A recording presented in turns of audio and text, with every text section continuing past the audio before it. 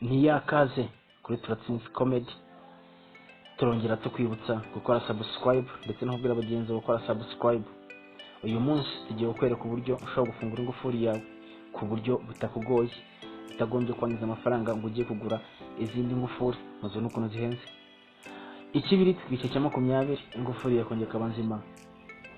Yes, ubu ni uburyo bworoshye. Ushobora kuba wataye ingufuri mu nzu, ushobora kuba wataye urufunguzo mu nzu, wabyibagiye wakinzeho ingufuri, waza ukarubura cyangwa se wanarutaye, cyangwa se nk'ingufuri y'ahandi hantu ariko ntabwo mbigishije kuzajya kwiba, ugahita uyifungura ku buryo bukoroheye.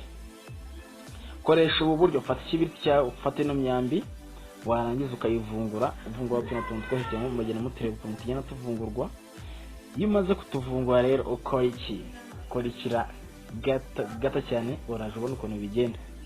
Yes, iyi ni Turatsinze Comedy, Turatsinze TV, yita uko ushaka ndetse uko ushaka icyo wakwandikamo cyose kiraza. Ukore subscribe, usharinge kuri bagenzi bawe, cyangwa ufite ubwoba yuko nusharinga bazakabona bakazakwiba.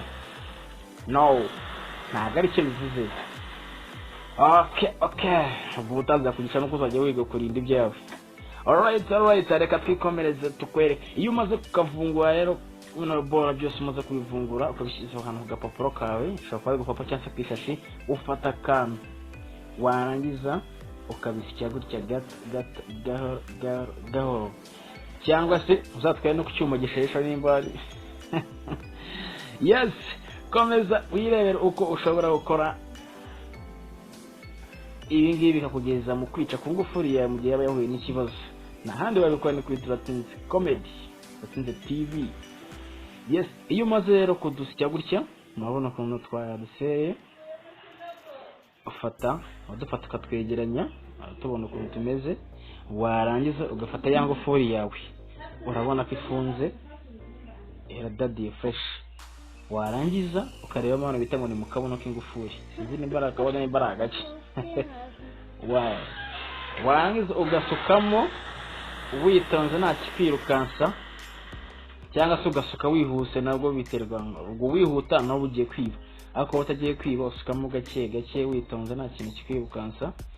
Wamara gusukamo, ikintu ukora ni iki? Ufata akantu warangiza ukagitsindagiramo kugira ngo bwa bumara bwinjiremo imbere buze gukora akazi kose.